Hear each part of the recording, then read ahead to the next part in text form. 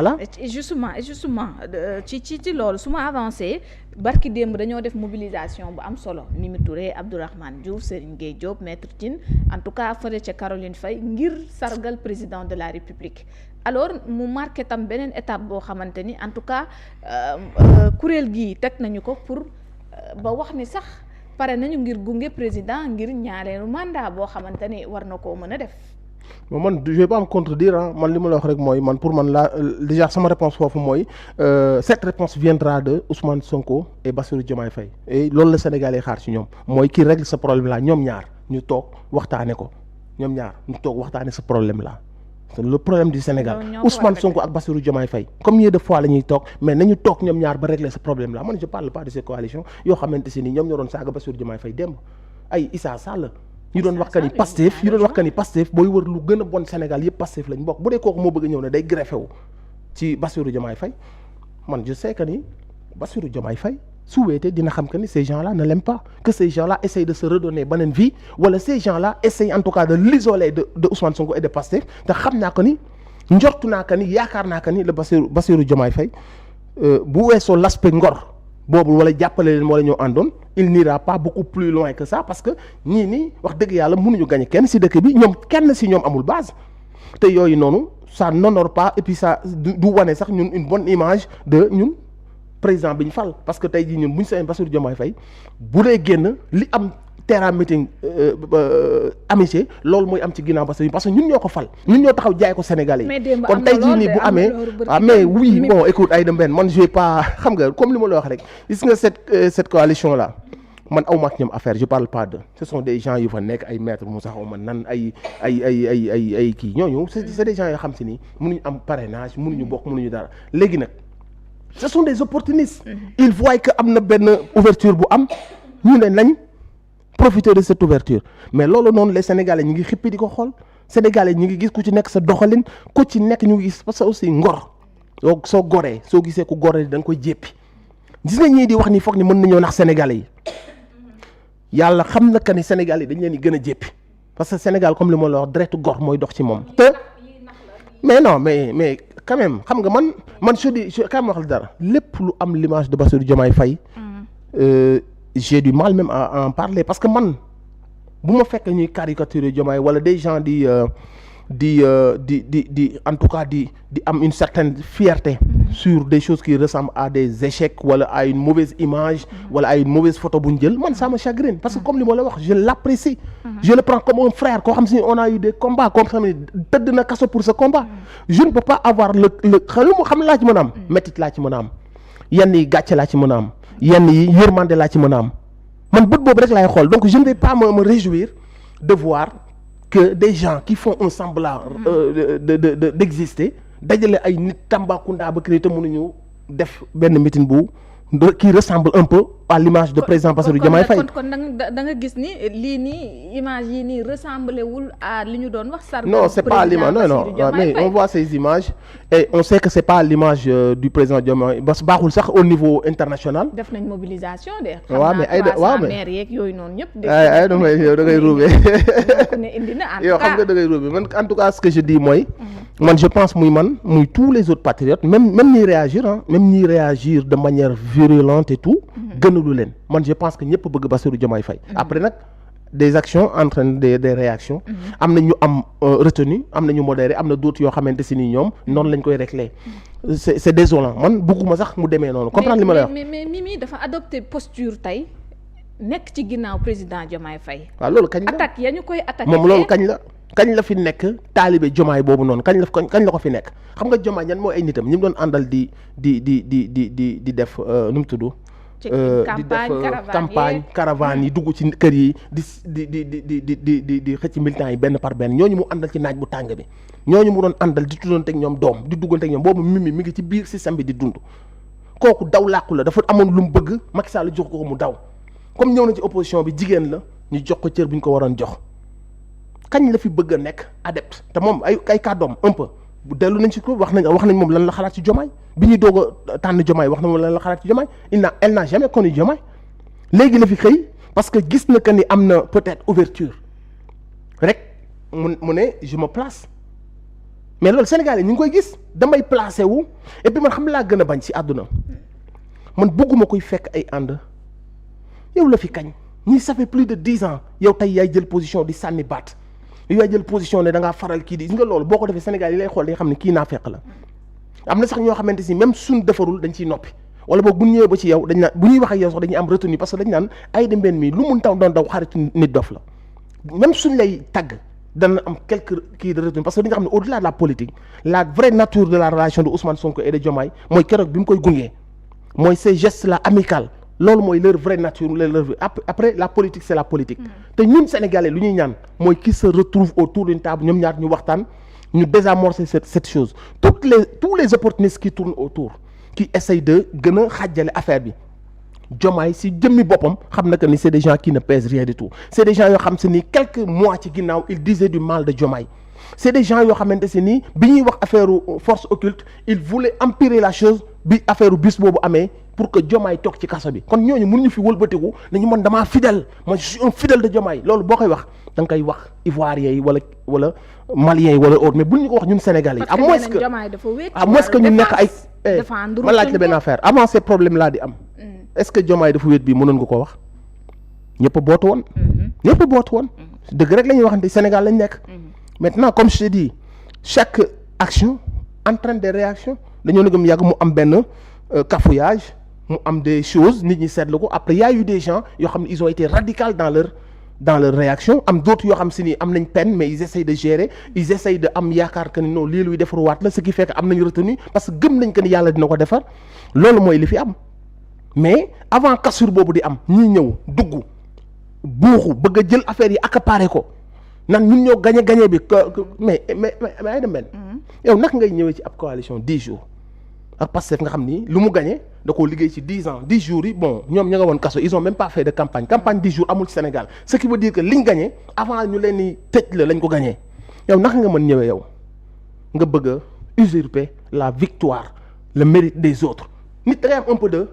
un peu de dignité même soo bëggee dara sax nga am ambition nga def ko ak dignité Sénégalais yi naw la mais naka nga mën a ñëwee yow nga fekk des gens yu rey seen ay militants yu ñu dem Ousmane Sonko dugg nañ sax ba kër yaayam comprendre nga. mais dañ leen ubbil buntu nag. ah mais oui je suis d'accord et c'est ça qui est dommage ñun dañuy ñaan loolu mu saafaraw mais su ma la ñooñu bu ñëwee taxaw tey nan victoire coalition bi la ñun ñoo def nangam ñu mais non il faut prendre les gens pour des demeurés les Sénégalais pour mën a jàkkaarloog ñoom di leen wax loolu te nga foog ni ñoom lañ ko dugal seen bopp les Sénégalais savent que ni 2016 man ci ñu njëkk a dugg ci projet bi laa bokk. 2016 ba léegi képp ku may déglu wala ma am influence yow dugal naa la ci projet bi les Sénégalais dañ xam que ni 2014 ba 2021 wéetoon nañ ci xeex bi diaboliser nañ leen dàq nañ Ousmane Sonko. am na d'autres yu amul tur yuñ dàq bu ñu xamee ne Pastef nga bokk ñu jël la sànni la dëkk ba gën a sori wala ñu dégrader la ci liggéey bi nga nekk y a eu trop de victimes ñu weet si loolu ñoo gagné combat bi parce que ce sont des gens ñoo doon dem di massifier après ñoom ñoo tenir bañ a bàyyi face au système bi doon toroxal le Sénégal ils ont fait tout le travail maintenant comme on a dit mënoo dem campagne defoo coalition àndoo ak ay nit yéen ñu woo leen pour wane ce semblant d'union nationale ñu pour mën a vraiment gonfler la coalition ci anam boobu kese lañ la woowee tey nga bëgg na yow yaa gagné combat bi yaa moom combat bi yow non il faut prendre il faut ne pas respecter les Sénégalais pour dire ça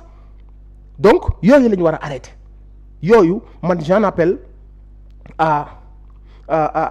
tout cas à la réaction de Bassirou Diomaye Faye le président et au premier ministre Ousmane Sonko ñoom ñaar ils doivent trouver une solution coûte que coûte ils doivent tëju ñoom ñaar des jours ou des semaines mais on veut une solution à cette. nañ sauver nga gis yow nañ sauver mais tey boo gisee itam des attaques yu jógee ci biir ñenn ñoo xamante ni tabb nañ leen man nommé Baye Mayoro mi nga xamante ni gis nañ ko ci kàddu yoo xam ne génnee na ko teg ci ndoddal premier ministre gis nañ ko tam ci Abbas Fall it mu jàpp ni en tout cas ku ñu war a éjecté la ci mairie bi bokk na ci réaction yu mujj su respecté wul ligne directive yi nga xamante ni président de la république daf ko teg mu nekk tam des réactions yoo xamante ni au sein la muy demaat ci yéen. xam nga Abbas Fall sax quoi qu'on puisse dire. soo xoolee lu mu liggéey biir Dakar. Dakar dafa nekk Pastef. Abbas Fall moo nekkoon coordonnateur bi moo njëkk a dem kaso mook Bassirou mook Birame Souleye ak yooyu liggéey ba Pastef doon lim doon. kon tey yow lu mu ndaw nit ki da ngay xam ay nit da nga war a xam sa lekk. kooku noonu il gagnerait à se calmer et avoir un peu plus d'humilité. gis nga bëgg positionnement. bu taxee nga am yenn taxawaay yi doo ci jëlee du dul jéppi am na kaddu yoo xam ne góor du ko wax suñ demee ba tey nga boo ko Pastef yow Pastef am Abass Fall nekk ci maire amul lenn loo xalaat lu dul wax yu ñaaw yooyu noonu ak nan dàq Ousmane Sonko nan lii nan laa loolu man comme je l'ai dit la dernière fois ma def émission pour man déjà c'est manquer de respect au président de la République parce que c'est le président de la République moom moo taxaw ci kanam Sénégalais yëpp tagg premier ministre bi teg ko fi mu ko teg ba aujourd'hui quand il parle du premier ministre il dit ci lii lañ xamante lii ci sama xarit la ci côté bi côté politique la ay turandoom mi ngi ci turandoo yaay mi ngi ci kaw ça reste une relation humaine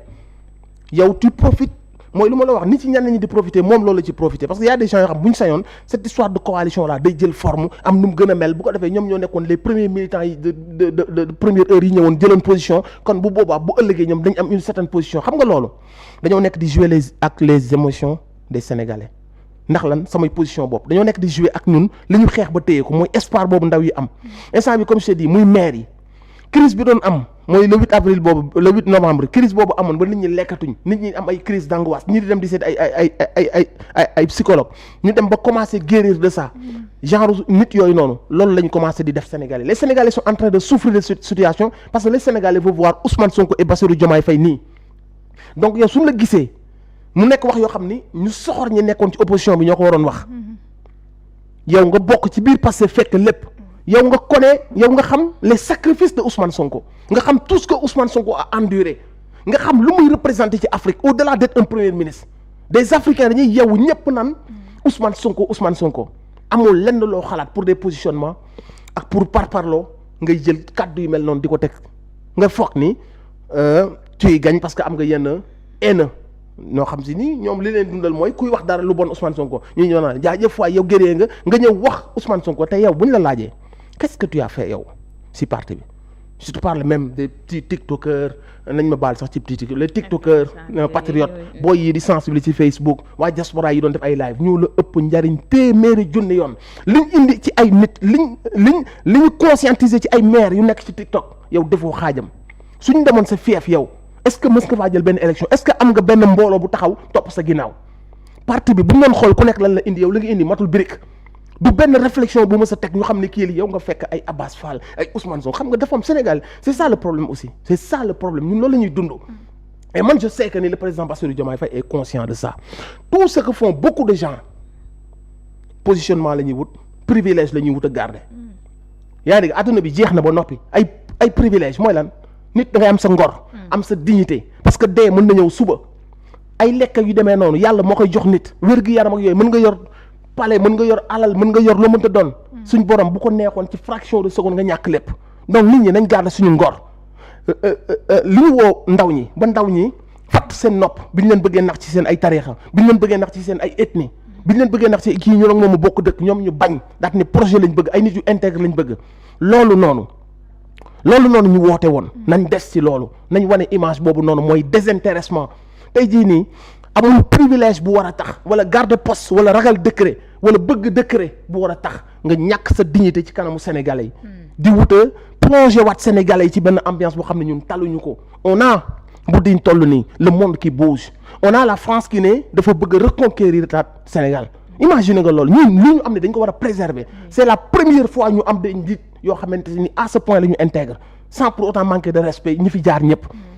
des njiit yoo xam ne ce sont des souverainistes des nit yoo xam ne dañoo ñëw fekk ay base ñu jëlee leen fii tey jii yaa ngi dégg suñu économie nee nañ suñu ancien colons yi li ñu yor léegi suñu économie matul 5% ñu am des gens yu ñëw commencé jëlaat la chose en main loolu dañ ko war a protéger ñi ñu plongé woon ñun ci loolu ñu ngi xoolaat fu ne fan lañ mën a jaar donc tey bu la yàlla dimbali yow yaay dimbali sa bopp c'est à nous de sécuriser suñu avenir réew parce que dëkk yu mel ne la France nee nañ seen ambition mooy reconquérir l'Afrique parce que gis na ni Donald Trump mi ngi dem jëli moom yenn kii ñoom seen idée mooy avoir beneen approche fexe ba duggaat naka lañ récupérer waat Afrique donc c'est maintenant la ñu soxla ay njiit yu dëgër c'est maintenant la ñu soxla ay njiit yoo xam ne dañuy am adhésion peuple bi parce que discours bi ñuy porter peuple bi da ciy gis boppam kon ce n'est pas des petites personnes comme ku mel noonu ak d'autres opportunistes yu ñëw bëgg a sàcc la victoire ak le mérite de kii la ñu war a bàyyi loolu mu prospérer. mais président mën na ko saafara de ndax dégg nañ ko moom nee na bu am ñu persister ci waxee ak moom nee na ni mu tàqali ko ak ñoom ndax am na fi amaat fi ñu gis ko ci beneen wàll ga tam lii bu mënee dañ xanaa kay warul mën a nekk lu jafe. mais dañ ko ci interpeller président dañ ko ci interpeller parce que ñun man li ma gëm. wax naa ko sama sortie mënu ma gëm que ni. le président va apprécier fii Sénégal gi ñu nekk ab nit buy wax lu bon Ousmane Sonko vice versa man mënuma gëm que ni Ousmane Sonko dina apprécier am kuy wax lu ñaaw Bassirou Diomaye Faye mënuma ko gëm man personnellement man gëwuma que ni dana am nit kuy xëy ne damay bëgg a humilier Ousmane Sonko te yow dallu Ousmane Sonko lim def ci histoire ak ci Sénégal yow ak say maam ba àdduna ba léegi defoo ko man gëm naa que ni le président Diomaye Faye mënul trouver du plaisir à gis nit muy jéem a humilier wala en tout cas jéem a sous-estimer le premier ministre Ousmane Sonko de cette même manière laa gëmee que ni le président Ousmane Sonko su fekkee da nga ko bëgg a plaire soit quelqu'un d'intègre soit quelqu'un de loyal soit quelqu'un ba liggéey bi ñu la dénk nga focus ci ba ëllëg Cour des comptes yi bu ñëwee doo ko rusloo man pour man la façon d'être loyal à Ousmane Sonko c'est comme ça ce n'est pas kar ko di photo ak moom di wane que ni dama proche pour que nga mën a je ne sais pas les images là nga ne le président Ousmane Sonko soo ko gisee ak soo ko gisul la façon bi nga war a nekkee son élément c'est d'être le plus